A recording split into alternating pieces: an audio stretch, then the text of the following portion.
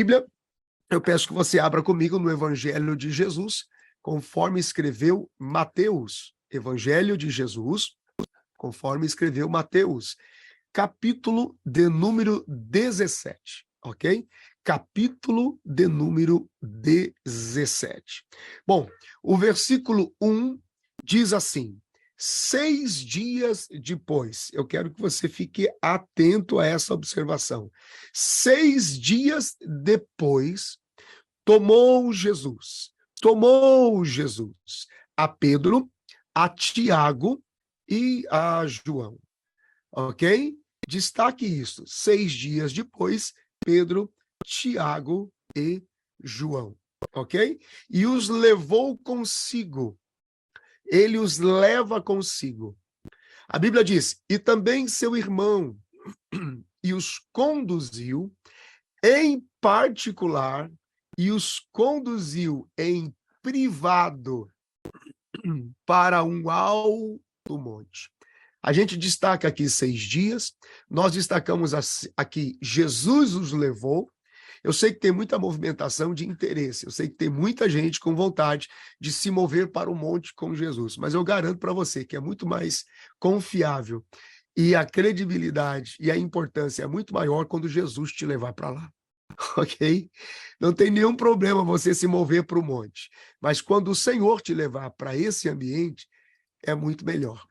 Então, eu quero te dar alguns conteúdos aqui e algumas informações importantes do que está acontecendo nesse instante. A gente está fazendo verso por verso do capítulo 17 do Evangelho de Jesus, conforme escreveu Mateus, tá bom?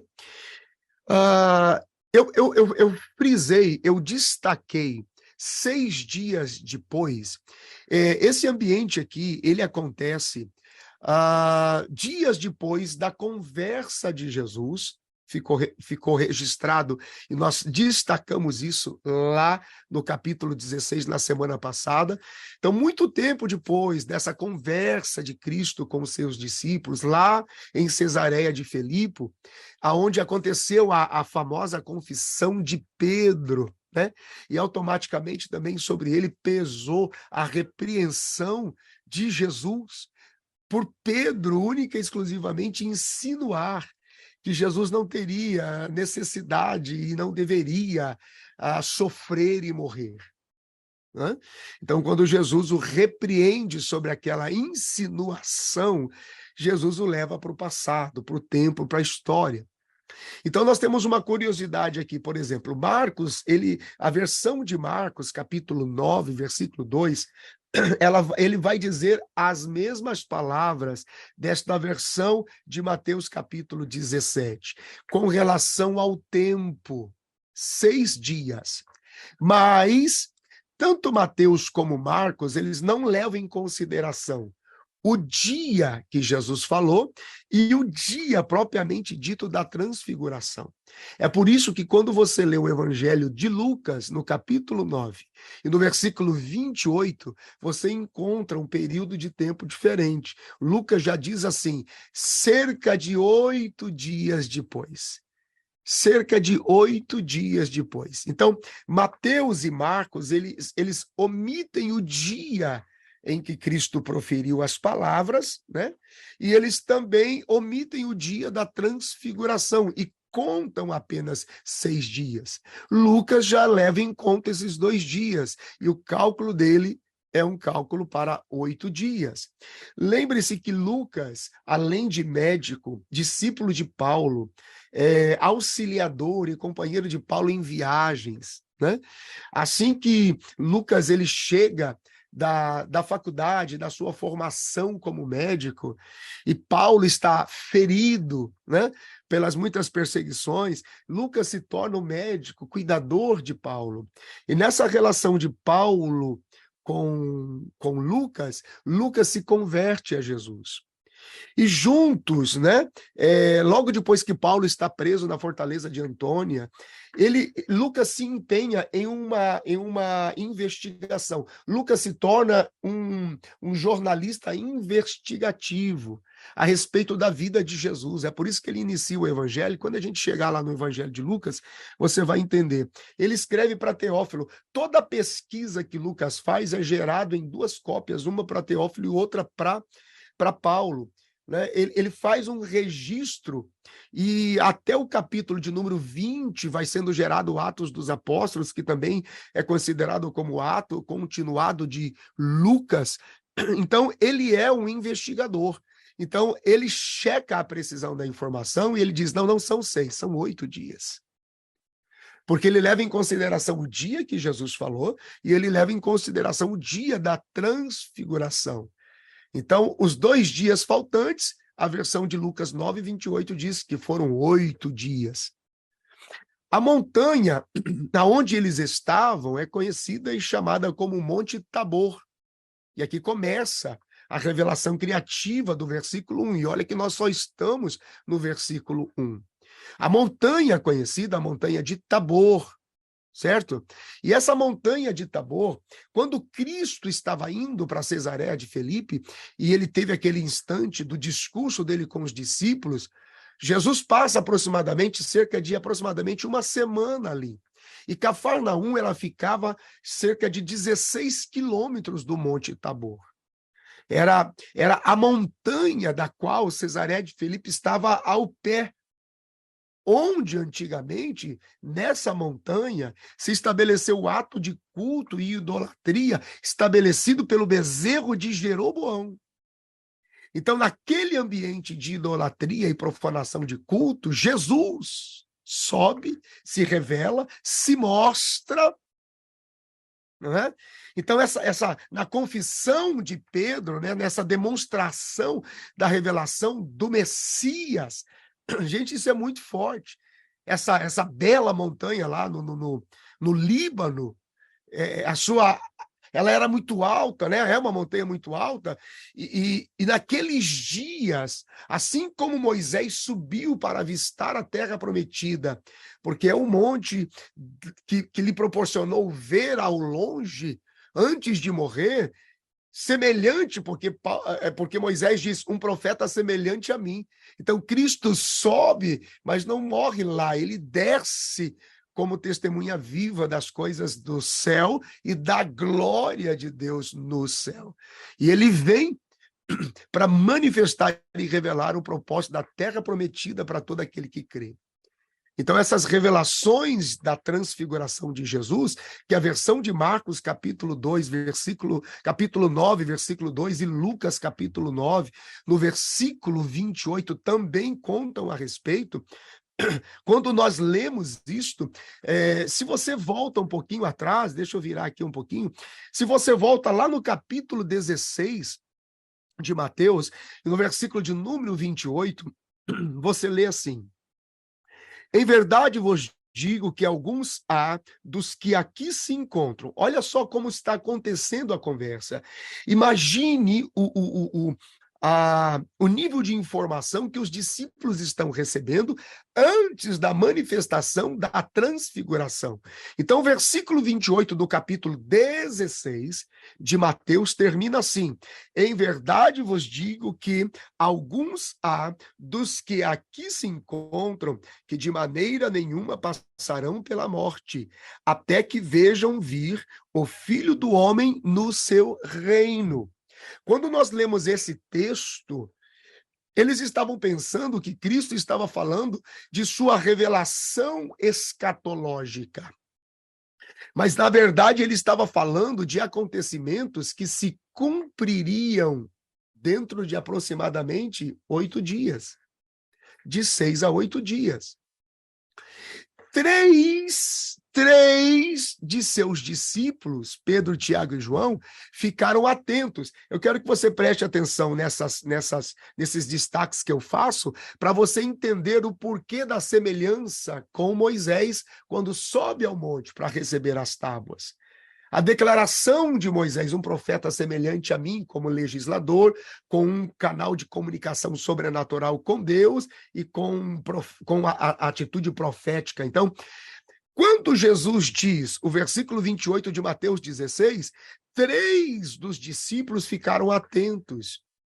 Mas o restante, um grupo de aproximadamente 9 deles, eles ficaram no pé do monte esperando esse acontecimento em particular. Eles aguardavam que os acontecimentos seriam naqueles dias.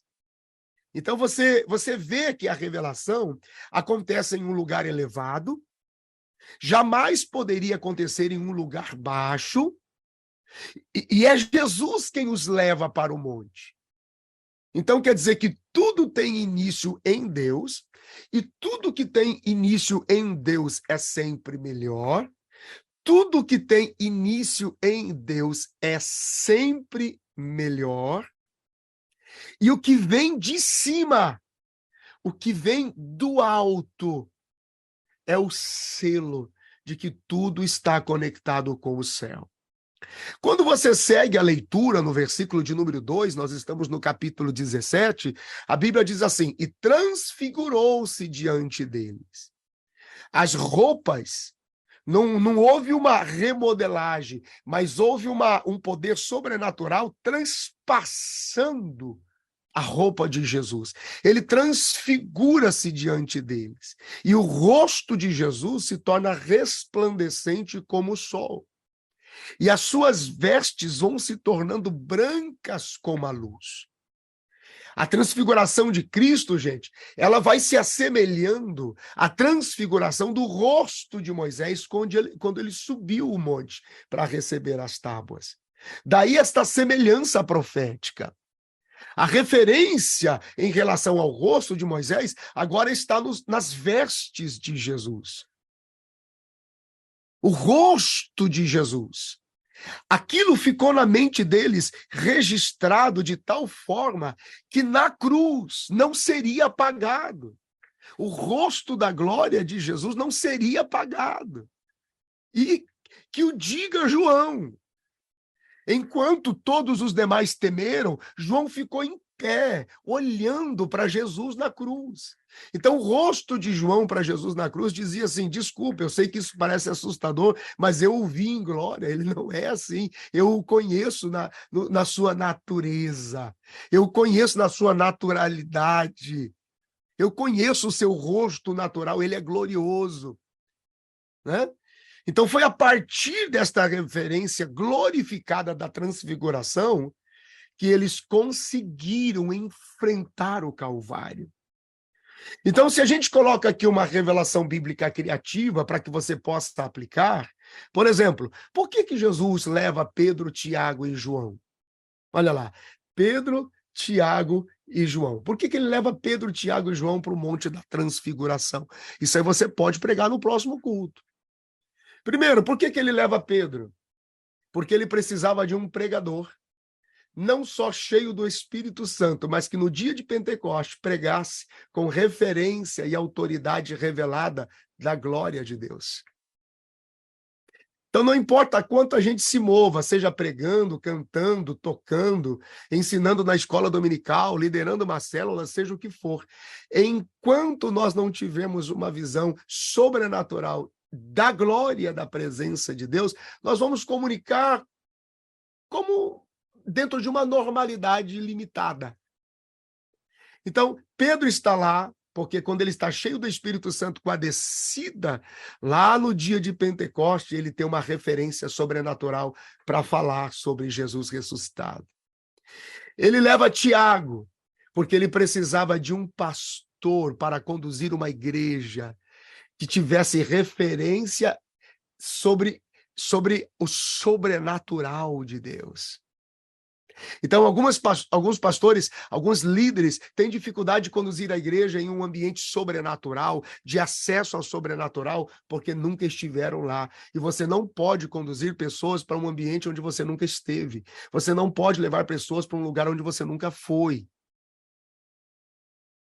É aqui que depois a gente vai pegar a curva teológica, porque você vê Paulo dizendo, não, a fé é de graça, pode vir, não é por obras para que você não se vanglorie. Mas depois você pega Tiago dizendo, bom, mas agora que você está salvo pela fé, mostre ao mundo pelas suas obras que isso é fé e que isso é salvação.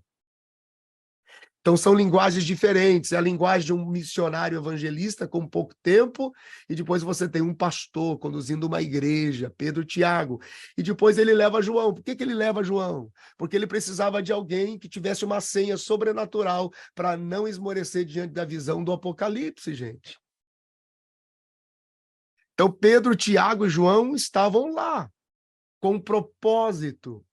E os que ficaram na parte de baixo do monte, quando nós chegarmos lá, você vai entender por que essa referência se parece com a referência de Moisés. Lembra que Moisés subiu e os que ficaram estavam totalmente perdidos pelo bezerro de ouro? Você lembra que Jesus subiu e quando ele desceu, os outros 9 que ficaram estavam lutando com o menino lunático possuído por demônios?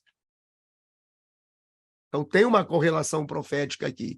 E isso é a interpretação bíblica revelada criativa do texto, né? Um destaque que eu quero fazer como extra para vocês: o rosto de Jesus, ele brilhava como o sol. E ainda que tivesse a mesma aparência de um rosto humano, mas transfigurava, quer dizer, tinha uma glória tão deslumbrante no rosto de Jesus que se igualou ao brilho do sol em toda a sua força. E claro que eu não vou fazer das minhas experiências doutrinas, porque são coisas pessoais e pertencem àquilo que eu carrego como experiência de vida. Mas quando eu tinha os meus 8 para 9 anos de idade, eu vi o Senhor dentro de casa, eu vi o Senhor com este rosto como um sol, e eu não conseguia definir a sua face, mas vi que ele brilhou de tal forma que a casa onde eu morava, que não tinha luz e a parede era pintada de verde escuro, ficou claro como a luz do dia. Essa é a minha experiência, não é? A Bíblia diz que, então, nesse processo de transfiguração, nesse processo sobrenatural, diz a Bíblia, versículo 3, eis que lhes apareceram Moisés e Elias, falando com ele. Gente, nós temos aqui a figura de 2 indivíduos do Antigo Testamento, figuras emblemáticas. Nós temos Moisés, o legislador, e nós temos Elias, o leão dos profetas, o gigante dos profetas. Nós temos aqui 2 figuras muito emblemáticas, Moisés e Elias, o legislador e um dos principais profetas do Antigo Testamento. Um deles estava morto, aproximadamente 1.500 anos, e escondido pelo próprio Deus, e o outro havia sido arrebatado, levado aos céus, aproximadamente cerca de 900 anos antes daquele instante da transfiguração. Então, algo sobrenatural está acontecendo ali. Então, vamos para a revelação, interpretação revelada, bíblica e criativa da palavra de Deus. A referência ali era a lei e os profetas. Então, Moisés e Elias estavam representados naquela transfiguração. Por que estavam ali os 2, Moisés e Elias? Anote isso. Interpretação bíblica revelada criativa. Por que Moisés e Elias aparecem com Jesus? Exatamente naquele ambiente. Eu vou colocar vários valores que vão render para você muitas ministrações aí nos seus cultos e na sua igreja. Moisés e Elias se tornam a referência para que os ladrões da cruz, ao lado de Jesus, não roubassem a cena. Para que os ladrões da cruz não roubassem a cena. Para que até nisto a lembrança se tornasse suficiente, mesmo olhando para a cruz e mesmo olhando para 2 ladrões, a referência seria a glória revelada no ambiente da transfiguração. A conversa de Moisés e Elias, que em torno da transfiguração, o que Moisés e Elias falavam com Jesus ali no instante da transfiguração? Eles falavam com Jesus sobre tudo o que haveria de acontecer dali para frente. É ali que Jesus passa a saber dos detalhes a respeito de tudo o que haveria de acontecer. Passando pelos samaritanos, o não lugar entre os samaritanos, não perder o tempo, encontrar os 3 homens ao longo do caminho que diziam, eu vou contigo aonde o senhor quiser. Falou, rapaz, você não vai dar certo. O filho do homem não tem onde reclinar a cabeça. O lugar que deveria ser preparado, o lugar que deveria ser, que estaria mobiliado e preparado para a última ceia. né? Jesus ali, ele sabe agora sobre o que deveria acontecer a partir dali. Ele sabe sobre o jumentinho, por exemplo. Ele sabe sobre a entrada triunfal. Ele sabe agora sobre o cumprimento das profecias. Agora, olha que coisa interessante. Esse texto aqui de Mateus 17 é um dos mais de 300 versículos bíblicos que nos asseguram essa capacidade sobrenatural de reconhecer no ambiente da eternidade, pelo espírito do indivíduo, quem eles eram. Olha só, Moisés estava morto, separado de Jesus há mais de 1.500 anos, e Elias havia sido recebido em cima no céu, e estava arrebatado, o Senhor o tomou, mas bastou manifestar a glória do ambiente da eternidade, porque a transfiguração de Jesus foi um instante da eternidade revelada ali. Então, bastou manifestar a glória do ambiente da eternidade para que Pedro, Tiago e João, que nunca tinham visto Moisés, que nunca tinham visto Elias, daqui a pouco nós vamos falar sobre o espírito de Elias, que nunca os tinha visto. Pedro olhou, automaticamente disse: Senhor, façamos aqui 3 tendas, uma para Moisés, outra para ti, outra para Elias. Quem falou para Pedro que era Moisés e Elias? Ele nunca viu Moisés e Elias. Bastou o ambiente da eternidade para que 3 barreiras desaparecessem. Bastou o ambiente da eternidade para que 3 barreiras desaparecessem. A barreira da morte, porque Moisés estava morto e Deus o havia escondido. Quando você está envolvido no monte de Deus e a glória de Deus para você deixa tudo em comum, a morte já não lhe teme mais. Você já não teme mais a morte. A morte já não lhe assusta mais. No ambiente da glória de Deus, a morte desaparece. Segundo, não só estava morto, como estava separado. Bastou a manifestação da glória de Deus para que ele estivesse junto. Não há mais separação. Terceiro, Elias, distância do rapto. Bastou a manifestação da glória de Deus para que a distância desaparecesse. Quando nós estamos envolvidos na nuvem da glória de Deus, a morte não nos choca, não nos amedronta, a distância desaparece e a separação deixa de existir. Ali estão eles. Foi tamanho o impacto, versículo 4, que Pedro diz assim, estamos no capítulo 17 de Mateus, gente. É uma classe aberta hoje, da Aba Club, Escola de Interpretação Bíblica, aqui com o pastor Benhur. Então, você é muito bem-vindo se você está comigo aqui. Lembrando que o Instagram pode fechar a qualquer momento. O link da classe do Zoom está lá no BIOS, se você quiser entrar, porque você daí pode fazer perguntas. Olha o versículo 4 de Mateus 17. E Pedro respondendo disse a Jesus: Senhor, bom é estarmos aqui.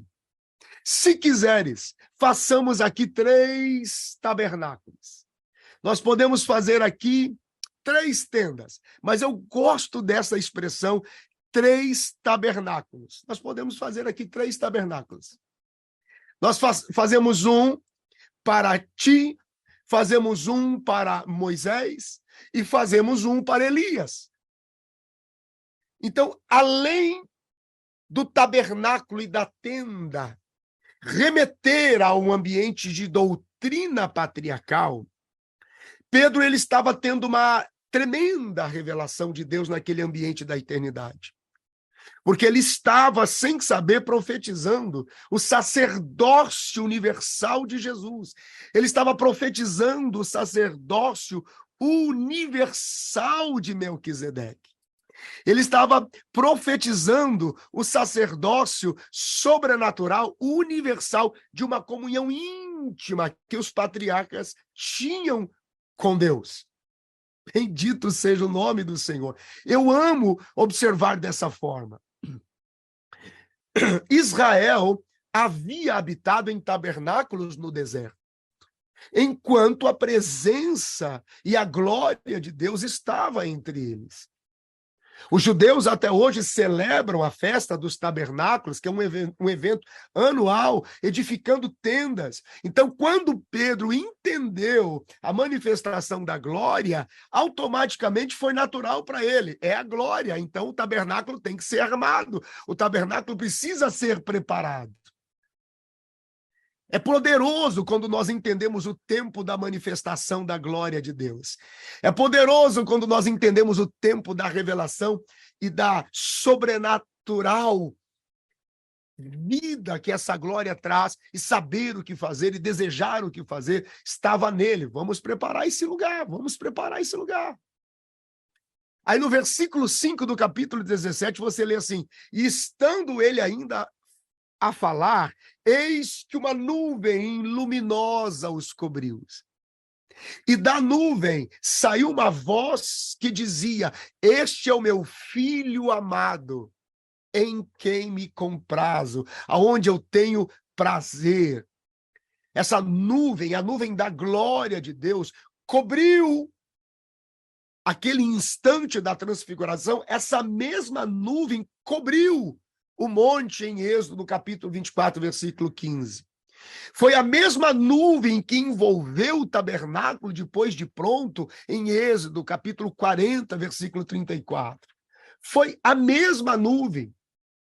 E se você lê com um pouquinho de atenção e sensibilidade, aqui tudo indica, essa voz falando aqui é a mesma voz em testemunho de Deuteronômio 18 e 15. Quando o profeta, ele diz assim, ó, um profeta semelhante a Moisés, no monte, debaixo de uma nuvem de glória, com o rosto refletido, ali estava o testemunho de Deus para os discípulos, ali estava a verdade de Deus para que não houvesse dúvida. Gente, Deus não é homem para que minta, nem filho do homem para que se arrependa. O Deus de promessas sobre a sua vida é Deus fiel até o fim. É Deus fiel até o fim. Agora, não só essas últimas semanas, esses últimos dias ministrando na aba Church Marlboro, nós falamos muito sobre isso. Não só, né? O pessoal diz assim, quando eu chegar no céu, né? Eu quero ver Moisés, eu quero conhecer Elias, eu quero conhecer Abraão, eu quero conhecer Davi. E é interessante que o meu filho mais novo, o Arthur, ele fez um comentário numa das suas ministrações, e eu tenho destacado isso, a fala dele. Ele disse assim: pai, vai ser muito bom conhecer quem está lá, mas o senhor tem ideia do impacto que a igreja vai causar quando chegar naquele ambiente? Porque aqueles que estão lá vão olhar para nós como igreja e vão dizer assim: contem para nós como é ter Deus vivendo dentro de vocês, que é a pessoa do Espírito Santo. Então pensa comigo uma coisa. Pedro, Tiago e João estão maravilhados com o que estão vendo Moisés e Elias ali. Gente, você não tem ideia do impacto que foi para Moisés e Elias ver o filho, ver a Jesus. Porque Moisés e Elias sabiam sobre o Pai, já tinham ouvido o Pai. E a voz do Pai é o Verbo. E eles só ouviam o Verbo, agora eles veem o Verbo. Eles veem o Verbo. Eles já tinham ouvido o Pai, tinham ouvido o Verbo, mas não tinha visto o Verbo, que é Cristo. Eles nunca tinham visto o Filho. E por quê? Por que Moisés e Elias precisam ir ao Filho? Hebreus capítulo 1, versículo 1 e 2, porque ele falou pelos profetas na antiguidade, mas agora até Moisés e Elias precisam ir ao Filho. Se Moisés e Elias precisam ir ao Filho, por que eu e você não vamos ao Filho, amado? Por que nós não vamos ao Filho, ao monte da revelação do Filho? Uhum. E o próprio Deus dá testemunho dizendo, agora, porque Deus não fala só para Pedro, Tiago e João. Ele fala para Moisés e Elias ouvirem, agora, este é o meu filho amado em quem tenho prazer. Ouça-no. Moisés foi passar o cajado. Moisés, eu servi o exército. Moisés chegou para Jesus e disse assim, ó, serviço sem alteração. Já passa o serviço, quem assume é o filho. O novo legislador. E aí o pai diz assim, ó, obrigado Moisés, obrigado Elias, Pedro, Tiago e João. Ouçam o filho. Ouçam o filho. Cara, eu amo a Bíblia. Aí você segue a leitura. Veja que eu estou fazendo uma interpretação extremamente simples para você contar essa história amanhã para o seu filho. Para você enriquecer a escola dominical, para você pregar o evangelho com leveza no altar. Porque não adianta a gente teologizar muito e trazer muita complexidade, porque você está falando, na maioria do tempo, para um púlpito onde as pessoas são relativamente simples. Agora, quando você tiver uma classe diferenciada, aí sim. Então, eu quero te ajudar a uma interpretação bíblica, revelada e criativa. Olha o que o versículo 6 diz. E os discípulos, quando ouviram isto, caíram sobre os seus rostos e tiveram grande medo. Então, essa é a verdadeira posição de discípulos, ministros, líderes, auxiliares, aqueles que caminham em posição de estar ao lado de quem o Senhor estabelece. E estes que o Senhor estabelece como líderes em audiência exclusiva com Deus, eles param para ouvir o que Deus revelou através de uma visão, de uma cultura e de uma linguagem. Porque o testemunho é de Deus. O testemunho vem de Deus. Quando você abre a Bíblia, se você tiver um pouquinho de paciência, no livro do Êxodo, e você abrir no capítulo de número 33, e você buscar o versículo de número 7 até o 10, você vai ler assim: Ora, Moisés costumava tomar a tenda e armá-la para si, fora, bem longe do arraial, e lhe chamava a tenda da congregação.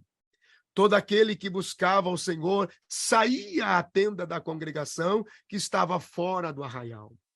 Quando Moisés saía para a tenda, fora, todo o povo se erguia, cada um em pé à porta da sua tenda, e olhavam pelas costas até entrar ele na tenda.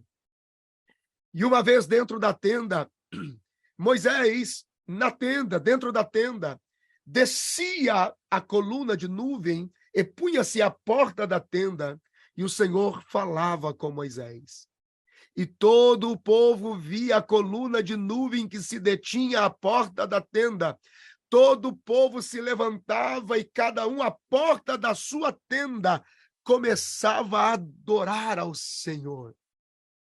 Quando a revelação era dada e a glória de Deus confirmava a vida de Moisés, a liderança de Moisés, o propósito de Moisés, o caminho de Deus através de Moisés, o povo parava para ouvir em profundo estado de adoração.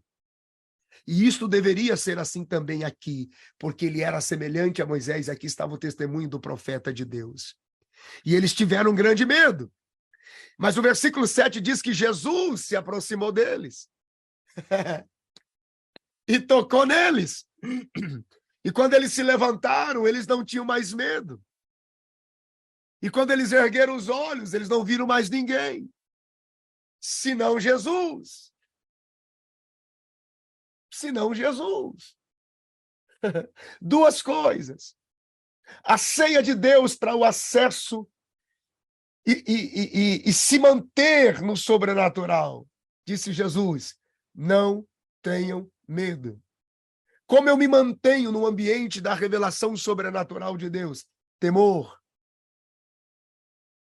Não temais. Segundo, Jesus e a revelação dele para a sua vida é suficiente, porque quando todos vão embora, Só Jesus fica. Eu estou aqui com vocês. Eu sou o mesmo. Não tenham medo. Moisés já foi. Elias já foi. Mas eu permaneço com vocês todo o tempo. O referencial estava dado para eles, para Pedro, Tiago e João. Lá na frente, ao longo das epístolas de Pedro, Tiago e João, eles vão escrever sobre isso. Eles vão falar por dias sobre essa convicção e essa segurança. Jesus é suficiente, Jesus é suficiente. O temor nos mantém junto dele. Jesus é suficiente. Vamos seguindo, versículo 9. E descendo eles do monte, olha só, olha a semelhança. Descendo eles do monte, Jesus lhes ordenou, dizendo: a ninguém conteis esta visão, até que o Filho do Homem seja ressuscitado dentre os mortos. E os seus discípulos o interrogaram, dizendo: por que o Senhor diz isto? Por que então dizem os escribas que é mister que Elias venha primeiro? Olha só como é que está a mente deles. O que eles ouviram em Mateus 16, o que eles estão experimentando em Mateus 17, o que o Senhor ordena a eles e a pergunta que eles fazem. O povo judeu acreditava que Elias voltaria antes do fim e restauraria a ordem de todas as coisas. Quando você lê Malaquias capítulo de número 4, e o versículo 5, diz assim: eis que vos enviarei o profeta Elias, antes que venha o grande e terrível dia do Senhor.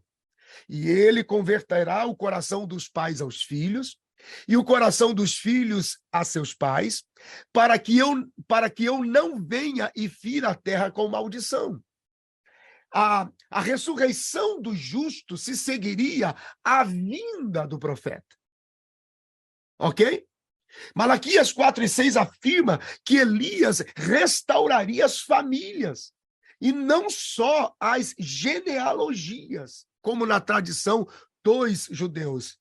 Então, Jesus interpreta a promessa de Elias do fim dos tempos de maneira mais figurada do que teria sido feito por qualquer outra pessoa em seus dias.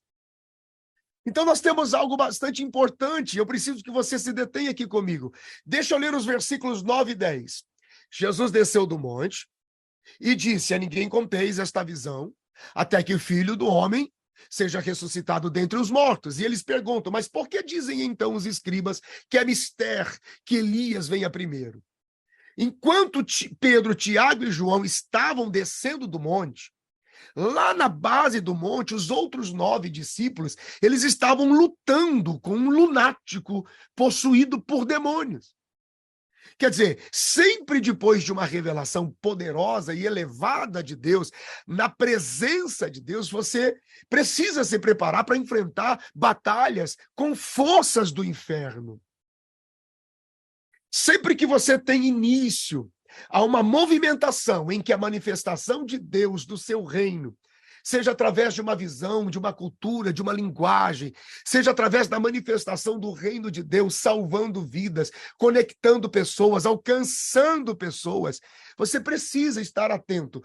Todas as vezes que você subir a um monte de glória e revelação, você enfrentará ações do inferno, ações de Satanás contra você.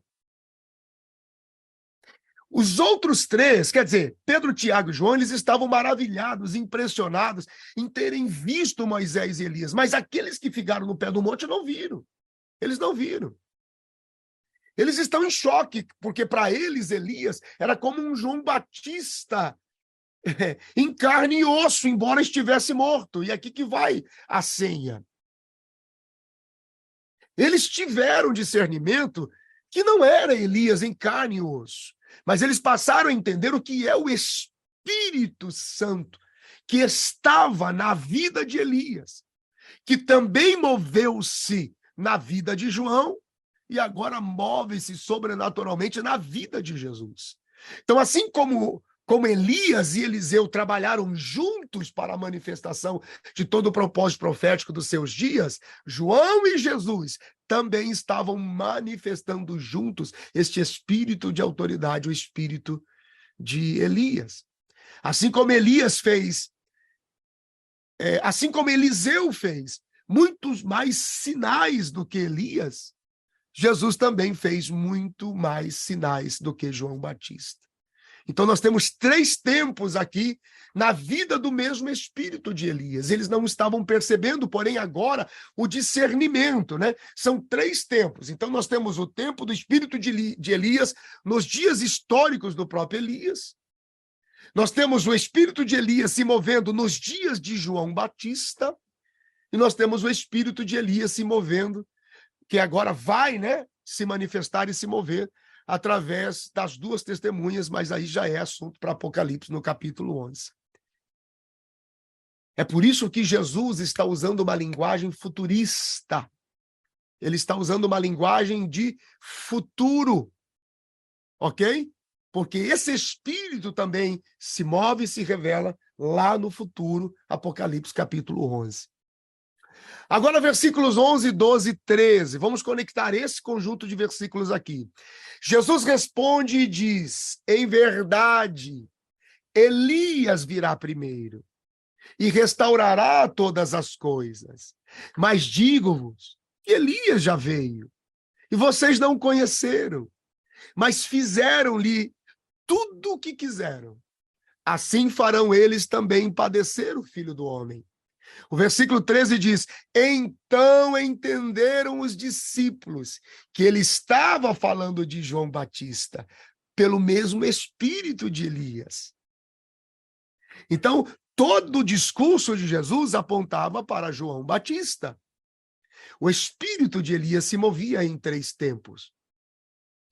Versículo 14 diz: e quando chegaram à multidão, aproximou-lhe um homem.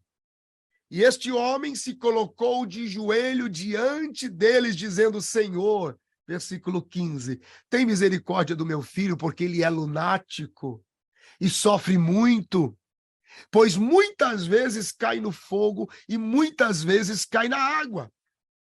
Quando os discípulos descem, eles chegam no pé do monte. Os 9 discípulos que ali estavam, você percebe na conversa deles, eu vou te mostrar no momento em que eles deixam transparecer, vocês percebem que havia uma tristeza neles. Por não terem sido escolhidos ou por não terem sido levados ao monte como Pedro, Tiago e João. Então eles estão esperando o acontecimento prometido de Mateus 16 e 28. Mas eles não percebiam, eles não entenderam que aquilo acontecia na revelação do monte com Jesus, já naqueles dias. Quando você lê o mesmo relato no Evangelho de Lucas, no capítulo 9, e ele fala sobre o rosto de Jesus resplandecendo, se você observar o capítulo 9, diz que Jesus desce do monte com o rosto resplandecendo, e estava escrito no rosto, estava refletido no rosto, ele vai para Jerusalém. Foi essa a resistência. Foi essa dos samaritanos. Vamos arrumar um lugar para que o senhor durma. Não, não, não, não, não. As outras vezes que o senhor passou por aqui, até que o senhor ficou bem por alguns dias, mas está nítido no seu rosto que tu vais para Jerusalém. O ambiente da glória revelada de Deus deixa o testemunho em nós para onde nós estamos indo, para onde nós estamos caminhando. Então veja que os discípulos não conseguiram curar aquele rapaz lunático. Por quê? Não tem como atrair vida de Deus acessando ambientes que somente o poder de Deus pode mudar com mágoa. Não haverá sucesso em trabalho algum no nome de Deus com mágoa. Gente, são muitos os enfermos, são muitas as condições de dor, de desgraça que homens e pessoas sofrem, esperando soluções de Deus através da minha vida, através da sua vida. Nós precisamos estar escondidos nesta glória de propósito que manifesta quem Cristo é, que manifesta quem Ele é. E então trouxeram para Jesus, versículo 16. Os discípulos trouxeram para Jesus e disseram: nós não podemos curá-lo. Meu Deus, mas já havia vivido tanta coisa antes. Todo aquele que não desfruta da companhia de Cristo nos lugares altos não poderão fazer muito ou quase nada a outras pessoas. Todos os que escolherem transfigurar sua vida diante de Deus experimentarão a operação de maravilhas diante dos homens. É um lugar de secreto com Deus. E aí você percebe a mágoa deles pela resposta de Jesus no versículo 17. Então Jesus responde dizendo: geração incrédula e geração perversa, até quando eu estarei com vocês? Até quando vocês ficarão sofrendo? Peraí. Presta atenção. Traga ele aqui. Gente, quem é que está sofrendo? O menino ou os discípulos que ficaram no pé do monte? Quem sofre mais? Para quem Jesus está dizendo? É por isso que não pode ler a Bíblia correndo. A conversa está no reduto dos discípulos, com Jesus. Jesus desceu. Veio um homem correndo dizendo: tem misericórdia de mim, que o meu filho é lunático e sofre muito. Tem hora que joga no fogo, tem hora que joga na água. Aí os discípulos começam a discutir: tá vendo? Nós não podemos curá-lo. Jesus responde para eles, incrédulos e coração com perversidade: até quando eu vou estar com vocês e vocês vão continuar sofrendo? A ausência dessa glória revelada sobre o ambiente do ministério causa sofrimento, porque a gente não pode tocar a vida das pessoas. Aí Jesus exorta eles dizendo: trazei-o aqui. Porque o sofrimento não era só do menino, o sofrimento também era de todos os discípulos. Perceba que os 9 discípulos que ficaram lá embaixo, eles não conseguiram lidar com o problema da opressão daquela pessoa. Quem mais precisava de socorro? Os discípulos ou o jovem lunático? Jesus estava ensinando, o conflito está desde o capítulo 16, gente. Aí no versículo 18 a Bíblia diz: e Jesus repreendeu o demônio, que saiu dele. E desde aquela hora o menino ficou são. É simplesmente sobrenatural a autoridade de Jesus sobre os demônios. A autoridade de Jesus sobre os demônios é simplesmente inquestionável. Inquestionável. Bendito seja o nome do Senhor. Bendito seja o nome do Senhor. Versículo 19. Então os discípulos, aproximando-se de Jesus, aí sim, aqui você entende, essa é o negócio. Jesus chama a atenção, Jesus os repreende, Jesus chama a atenção deles, manda o menino trazer. Aí os discípulos dizem: o senhor pode vir aqui em particular um pouquinho para a gente conversar? Percebe? Aí eles perguntam: por que a gente não conseguiu expulsar? Ali está a denúncia da mágoa que eles estão carregando. Por quê? Eles não percebiam que eles estavam impedidos, que o coração deles estava fechado para realizar aquela obra, a obra de Deus. E aí Jesus diz: por causa da incredulidade de vocês. Porque em verdade vos digo que se vocês tiverem fé como um grão de mostarda, vocês vão dizer a este monte: passa daqui para acolá, e há de passar, e nada vos será impossível. Mas esta casta não se expulsa, senão por jejum e oração. Jesus acaba de descer do monte. E o monte era o monte da consagração. E para dar o exemplo, Jesus mostra aos seus discípulos que o período do monte era um período de jejum para Jesus. Talvez os discípulos eles tenham feito a pergunta a Jesus em particular para que não fosse ainda maior a vergonha pública deles. E, ao que tudo indica, esse mover de montanhas, que era uma figura de linguagem judaica muito comum nos dias de Jesus, mostrava um feito de dificuldade incomparável.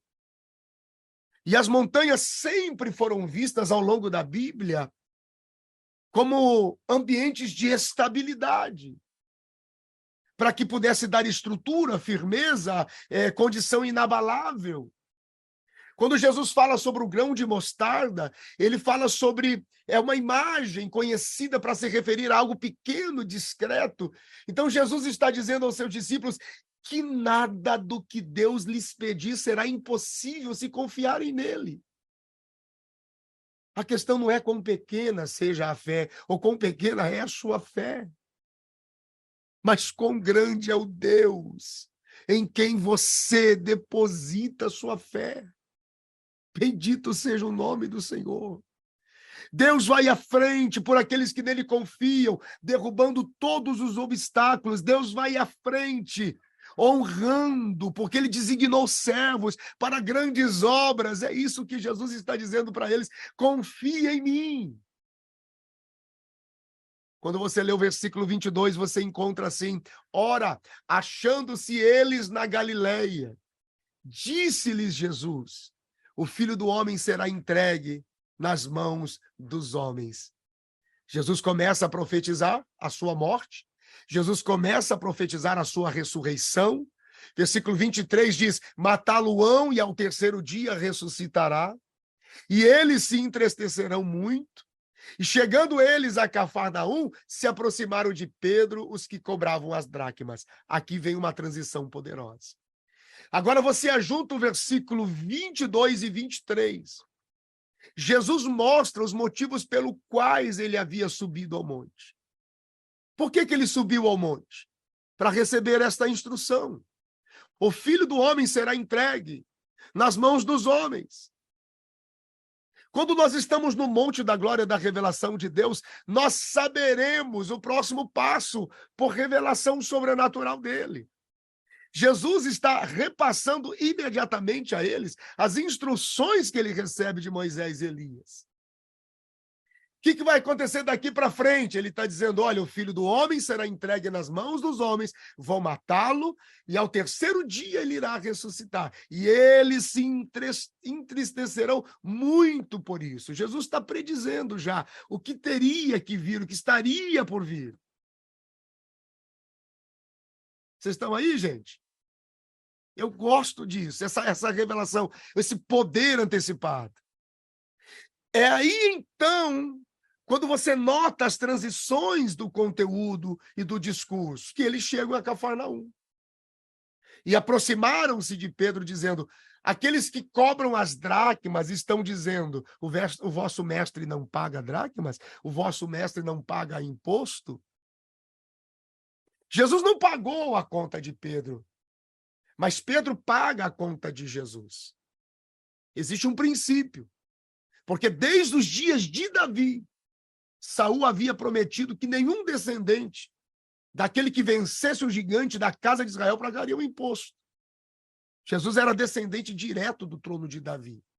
E foi com base nessas palavras que Jesus fez essa pergunta para Pedro, que ele chama a atenção de Pedro sobre a questão dessa isenção. 1 Samuel, capítulo 17, versículo 25. É impressionante essa habilidade. Como pode? Jesus é o verbo. Jesus é o verbo de Deus. Ele é a palavra revelada de Deus. Ele é o poder, verbo vivo de Deus. Mas ele coloca em ordem agora um sentimento de respeito, um sentimento em que os judeus nutriam. Na época de Jesus, a maioria dos judeus, eles eram leais ao judaísmo. E, naturalmente, eles responderiam pagando. Mas os saduceus, que eram contra, e os essênios, acreditavam que só era preciso pagá-lo uma vez na vida e não teria mais necessidade de assumir compromissos. Os coletores de impostos, quando eles questionam, eles perguntam sobre o posicionamento de Jesus. Visto que o próprio Jesus já havia lá atrás dito sobre insinuado um juízo divino sobre o templo. Ele fala sobre isso a partir da sua morte e ressurreição. Os recolhedores de impostos, eles estão questionando a respeito da honra que Jesus carregava, porque era a autoridade prática de Jesus. Percebe? Olha as palavras de Jesus no versículo 25. Então ele disse, sim, e entrando em casa, Jesus lhe antecipou dizendo, que te parece, Simão? De quem cobram os reis da terra os tributos? De quem cobram o censo? Dos seus filhos? Ou dos estranhos? Ou dos alheios? E disse Pedro, dos alheios, disse então Jesus para Pedro. Logo, os filhos estão livres. Mas para que os não escandalizemos, vai ao mar, lança o anzol, tira o primeiro peixe que subir, abrindo-lhe a boca, encontrarás um estáter, toma-o e dá para mim, porque ao Senhor Jesus pertence às primícias, e oferece também por ti. Pedro pagou a conta da sua precipitação. Percebe? E isso foi feito sobre a sua vocação de pescador, da qual Deus é provedor. Mas Jesus é quem tem direito às primícias. Por isso nós devemos buscar primeiro as contas do reino de Deus, depois as nossas próprias. Deus lhe deu em dobro do que necessitava para prover a necessidade do reino de Deus. Isso é maravilhoso quando a gente estuda isso. Então, como gesto de apoio a todo o restante da comunidade judaica, Jesus paga o imposto. Ele paga o imposto. Quando você lê Mateus, pode ser que alguém encontre uma desculpa, por exemplo, para não pagar esse imposto. Eles podem manipular isso de tantas outras formas, né? Um estáter, ele valia 4 dracmas ou 4 denários. Então, a moeda ela era suficiente para pagar o imposto tanto de Jesus como de Pedro. Quando você lê sobre os mestres do judaísmo, por exemplo, eles contavam várias histórias em que um judeu fiel a Deus comprava um peixe e encontrava nele uma pedra preciosa como recompensa divina. Isso é santidade ao Senhor. Essas histórias, elas circulavam lá no século I. Então, talvez Pedro tenha ficado surpreso ao constatar que alguma coisa semelhante àquelas histórias que ele ouvia antes de Jesus estava acontecendo na vida real. E havia ali alguns peixes no mar da Galileia, cuja boca era grande o suficiente para conter um estárter dentro dela. E aí o Senhor está dizendo, sabe as histórias que você ouviu falar, sabe tudo aquilo que chegou a você um dia, como manifestação da minha graça, da minha honra, como manifestação do meu ambiente e reino. Eu vou te mostrar uma coisa, vai lá, pega um peixe, para ver se não tem uma recompensa de Deus ali. Bendito seja o nome do Senhor. Isso tudo acontece por ocasião da transfiguração de Jesus no monte. Isso tudo acontece pela ocasião da transfiguração de Jesus no monte. Bendito seja o nome do Senhor. E se você prestar atenção, foi tão prático e tão dinâmico que nós terminamos o capítulo 17 inteiro de Mateus, estudado, em exatos 1 hora. Exatos 1 hora. Aí agora você pega esses gravetos que podem gerar mensagens, ministrações e te inspirar a seguir entendendo a pessoa de Jesus. Jesus é extraordinário, ele não perde o controle de nada, ele sabe onde é o ambiente da revelação, é estar em cima, ele sabe aonde é o ambiente da certeza e da convicção, são os lugares mais altos junto de Deus. Jesus sabe que buscar de cima é melhor, Jesus sabe que buscar do céu é melhor. Jesus sabe que manter a honra em todo tempo, em todo ambiente é melhor. Bendito seja o nome do Senhor. Amém, gente?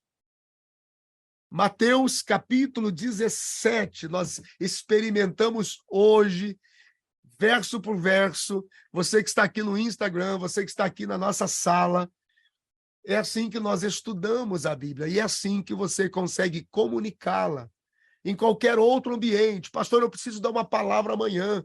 Pastor, eu preciso pregar sábado, eu preciso pregar domingo, eu preciso ministrar. Como é que eu faço? Como é que funciona? Hoje eu quero falar sobre Mateus capítulo 17, versículo de número 1. A Bíblia diz que 6 dias depois, tomou Jesus consigo a Pedro, Tiago e João, seu irmão, e os conduziu em particular a um alto monte. E aí você começa a aplicar, queridos, você não tem problema nenhum em se ausentar para ter um tempo com o Senhor, mas nunca se esqueça disso. É muito melhor quando Deus te move para isso. É muito mais confiável quando o Senhor te convence e te leva para estar. Ali Jesus está num ambiente de transfiguração, o instante da eternidade está lá. A revelação de Deus para Moisés e Elias, você acha que foi impactante para Pedro, Tiago e João? Pergunte para Moisés e Elias, que só ouvia a voz do Verbo e agora podem vê-lo.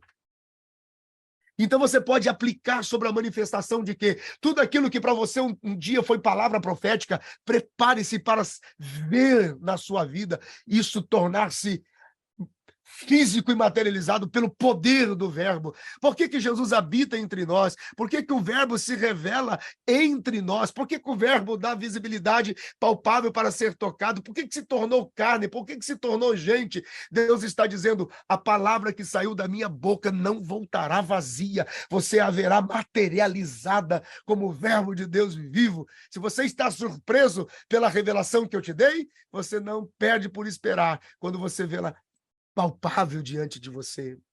E você está ministrando para a igreja. E você está ministrando. E a glória do instante, basta o instante da eternidade para que desapareça a separação, para que se desapareça a morte, para que desapareça a distância. Se estamos escondidos na nuvem da glória de Deus e se o nosso ambiente de comunhão com Ele é o mais alto, é sempre o mais elevado, não tememos a morte, nada demora, Ele não está longe, perto está o Senhor daqueles que o buscam. E assim nós vamos ministrando e aplicando, e ministrando e aplicando sobre a vida das pessoas. Amém? Eu vou pedir para que a Priscila e o Davi, se puderem, me ajude. Caso haja aqui na nossa sala em particular, caso haja aqui perguntas, ok?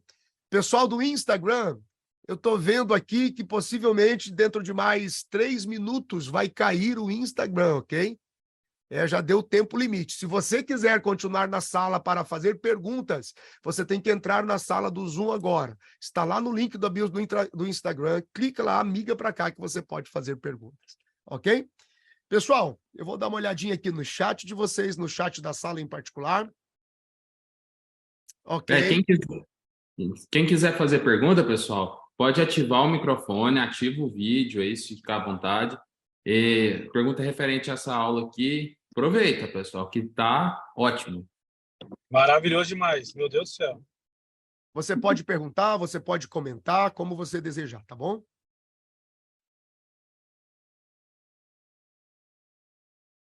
O pessoal escreveu lá rapidinho no Instagram. Pastor, perguntar o quê? Se todas as respostas estão dadas? Não. Muita pergunta pode ser feita, sim, a partir da sua reflexão em particular. Tiago, tem um raise hands aí. Clica no raise hands para a pessoa saber que você quer fazer a pergunta. Tiago, se você quiser falar, pode abrir o microfone também e falar, não tem problema. Só fiquei com dúvida em 2 coisas. Okay. No caso, eles não conseguiram expulsar o demônio só porque eles não fizeram jejum, não estavam em jejum? Não, eles estavam, a conversa do diálogo deles deixa transparecer. Eles dizem assim, por que a gente não fez isso? Por que nós fomos colocados em condição para fazer e isso não acontece entre nós? Por que o Senhor não nos permitiu fluir dessa forma? O excesso de pergunta e o questionamento deles confrontam a ausência de Jesus com eles e denunciam o fato de que por que não estávamos com o Senhor? Se estivéssemos com o Senhor, talvez desceríamos com maior autoridade. Então, de alguma forma, o Senhor está dizendo que a ausência ou não pertencimento dos níveis elevados de relacionamento com Ele podem impedir de que você se mova sobrenaturalmente sobre a vida das pessoas. Jesus não faz acepção de pessoas, mas as nossas atitudes fazem acepção entre nós e Deus. Eles não foram abandonados ali, eles não foram deixados ali para que pudessem ficar expostos, né? Para que pudessem ser envergonhados por alguma razão. Mas esse conteúdo de Jesus dizendo para eles, não é assim que funciona, né? Essa coisa porque vocês sabem sobre mim, não necessariamente lhes credenciam em tudo a respeito de mim, porque vocês precisam sim habitar no ambiente da glória da minha presença. Então, a pergunta deles denunciam a mágoa deles. Então, possivelmente, se eles estivessem focados em vamos permanecer no que ele nos entregou, não importa quanto tempo venha, por que esse registro precisa estar ali? Porque ele representa a sombra do que aconteceu com Moisés quando desceu do monte. Assim como Moisés desceu do monte, havia também uma resistência sobre o que Moisés havia feito no monte.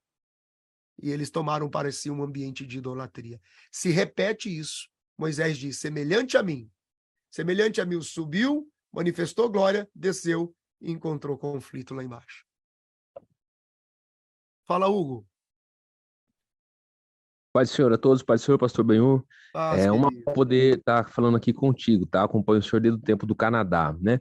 Pastor, como que é possível nós acessarmos esse ambiente, esse monte da transfiguração, sem ser convidado por Jesus? Há uma maneira de ser feito isso? Ou somente através do convite dele, é claro, de forma tipológica falando?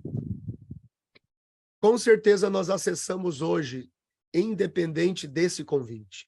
Aquele convite acontece porque é uma continuidade do capítulo 16. O versículo 28. Todo o capítulo 17, a transfiguração acontece por causa do capítulo 28. E ali também está o registro claro de que a transição de Moisés para Jesus havia sido consolidada. Está aqui, ó. Ouçam a ele. A partir de agora, toda a manifestação que vocês ouviram sobre Deus, mesmo por Moisés e Elias, vocês precisam buscá-la na pessoa de Jesus. Hoje nós podemos sim acessar esse ambiente de glória. Como é que nós acessamos esse ambiente de glória semelhante a esse ambiente de transfiguração? É o ambiente da presença de Deus. Então, o ambiente da presença de Deus, ele é acessado por fé. O ambiente da presença de Deus, ele é acessado por unção. E o ambiente da presença de Deus, ele é acessado pela glória de Deus. A fé te dá acesso por causa da palavra. A unção te dá acesso pela habilidade, o dom de alguém. Só que aqui tem uma observação. A fé é preciso que você se conecte com a palavra. É por isso que Deus tem compromisso com a sua palavra. Não tem problema você orar, falar poesia, falar o que você quiser, seja o que for, chorar, gemer, pular, seja o que for. Mas em algum momento da oração use a palavra. Senhor, porque a tua palavra diz, a tua palavra diz, a tua palavra diz, a tua palavra diz. Você está acessando o ambiente dessa presença que vai trazer a glória de Deus. Você pode acessá-la também pela autoridade de alguém no ambiente da unção, que é a habilidade e o dom que Deus dá para alguém. Só que é o seguinte, no ambiente da unção, Deus só faz se a pessoa fizer. Se a pessoa não fizer, Deus pode não fazer. Por isso que a gente não pode depender da habilidade de ninguém, porque são seres humanos que podem estar sob demanda, cansados, estressados, sem condições de seguir adiante. Então, toda manifestação da presença de Deus que transfigurou propósito como esse de Mateus 17, aconteceu no ambiente da glória. E o ambiente da glória é Deus decidindo se revelar a partir dele, por ele mesmo, sem unção, sem ambiente de fé.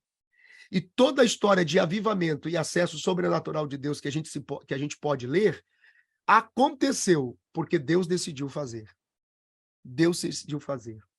Quando o livro do profeta Isaías diz, Ah, quem sabe o céu se fendesse agora. E como antes o Senhor manifestasse a sua glória e o seu fogo descesse, sem que as pessoas pudessem explicar ou esperar, como o Senhor fazia antes. Sim, nós podemos provocar essa glória através da nossa atitude de adoração, através da nossa fome, do nosso desespero. Maravilha, gente. Mais alguém aí? Pessoal, mais alguém com dúvida? Meu pastor, aqui eu tinha anotado só 2 perguntas. Sim. Eu entendo que Moisés e Elias estavam lá para poder demonstrar essa semelhança, né, de Moisés e para Jesus, como o senhor bem explicou. Mas teve uma parte que o senhor disse que Jesus foi ao monte para tomar instruções de Moisés e Elias, e aí eu fiquei encafifado com isso. Ele tomou instruções deles, né? Porque mesmo ele sendo Deus, não teve por usurpação de ser igual a Deus. Ele instruiu os discípulos dizendo, basta para cada dia o seu mal.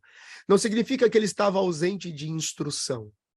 Só que ele escolheu na sua soberania não saber. Ele escolheu na sua soberania não saber. Então, a manifestação de Moisés e Elias é determinante, porque o discurso de Jesus sobre o que viria, sobre samaritanos, cenáculo mobiliado, morte e ressurreição, literalmente, Moisés e Elias está dizendo, o tempo da profecia se cumpre agora, como você bem sabe. Como você bem sabe. Por isso que lá na frente no Getsêmani, quando ele ora pedindo para passar dele, ali fica claro, ele vai até o final da revelação. Então não é a instrução porque ele seria incapaz de saber, mas é porque na sua soberania, inclusive, gente, isso é um ato de Deus. A soberania de Deus também está o simples fato de Deus escolher não saber.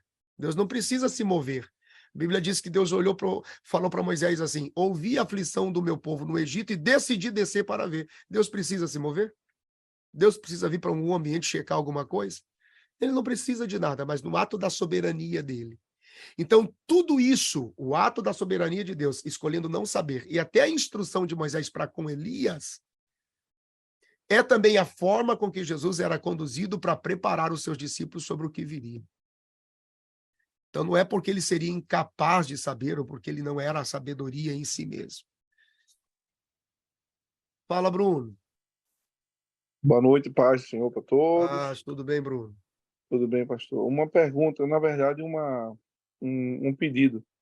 A gente percebe que como você sabe que eu sou um grande admirador seu, a gente percebe que você domina muito bem a questão das alegorias, né? Então, é difícil, a gente tem que tomar muito cuidado com alegorias, principalmente numa interpretação tão prática, tão vivenciada como essa, dessa dinâmica que você cadenciou nesse capítulo, foi assim fantástico. Então, assim, qual a dica que você daria para a gente tomar cuidado com as alegorias? Ler mais o capítulo mais de uma vez antes de se enveredar por isso, procurar entender historicamente o que aconteceu, para não dar uma fugida e acabar se perdendo do texto, né? Que a gente viu que você conseguiu manter o ritmo e foi até o final sem perder o foco, mas para quem prega, eu vejo que alguns irmãos aqui também pregam, muitas vezes a gente se perde numa alegoria ou numa colocação e fica difícil de voltar para o texto. Então, aproveitando aqui, queria te pedir uma dica para que isso fique marcado na nossa mente.